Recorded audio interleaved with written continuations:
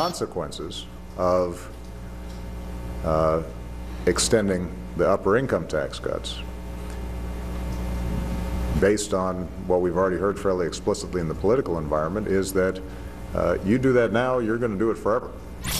You do that now, you're going to do it forever. The president clashing with members of his Economic Recovery Council who warned him hiking taxes on the so-called rich right now would hurt the economy. Stunningly, the president seemed to admit it's probably a good idea to delay those tax increases, but he fears that if he doesn't stick it to the rich now, he may never be able to raise their taxes. They might not be rich any longer. Why is he so intent on making one group of people who already pay the vast majority of taxes pay even more? My own Council of Economic Advisors is here. Our freedom fighters, trend forecaster Jerry Celente, radio talk show host Leslie Marshall, and my friend and Fox colleague and host of the wonderful morning show Varney and Company, or as he would say, Varney and Company on the Fox Business Network, Stuart Varney. My good buddy Stuart, to you first. Why is the president so intent on taking what the Congressional Budget Office estimates would be $600 billion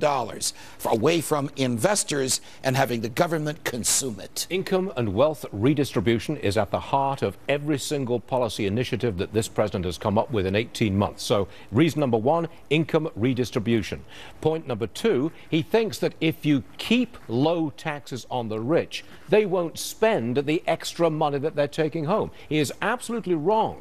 The rich control 37% of all spending. They would spend that money and invest the rest. Leslie, private industry produces wealth, the government consumes wealth. So which is a better way to make use of $600 billion? The number, so you know, is the Congressional Budget Office's estimate of what would come into the government if the Bush tax cuts on the rich are allowed to expire. Which would be a better way to produce wealth with that $600 billion? Invested in private economy or consumed by federal bureaucrats? Well, Judge, I'm a history buff, and my history shows me that in the Clinton administration, without Bush tax cuts, over 23 million jobs created. With the Bush tax cuts, less than 8 million jobs. Unemployment went up every year in the Bush administration. Right now, we have unemployment hovering around 10% and a bad economy. Statistically, the rich people did not spend and stimulate the economy with this money, nor did they hire people, at least in this country, with this money. Show me the money, show me the jobs. And the authors of this specifically had a 10-year time frame. If they felt it would benefit the economy longer than that or at all, they wouldn't have had 10 years. They would have had 15, 20. But, Jerry, the rich don't put their money in a shoebox. Wherever they put it, it has to enhance the economy, whether they put it in a bank or whether they risk it in an investment. Particularly the people that are going to be hit the hardest. The president is being disingenuous. He's calling people that are making over $200,000 a year rich. And when you look at the numbers, 80% of the people that are going to get hit are people making between $200,000 and $500,000 a year. It's not poor, but it's not rich. We're not talking billionaire class. And these are the people that support the community. These are the people that support the arts. These are the people that are active. And these are the people who are going to get hurt the most. Might this be the reason why so many Democrats, especially Democrats running for re-election in 3 weeks, are running away from the president? Yes, it's bad economics. It's also, it may have raised the issue of morality. Yes. I think it is flat out immoral to take more than half of anyone's income, more than 50 cents on the dollar.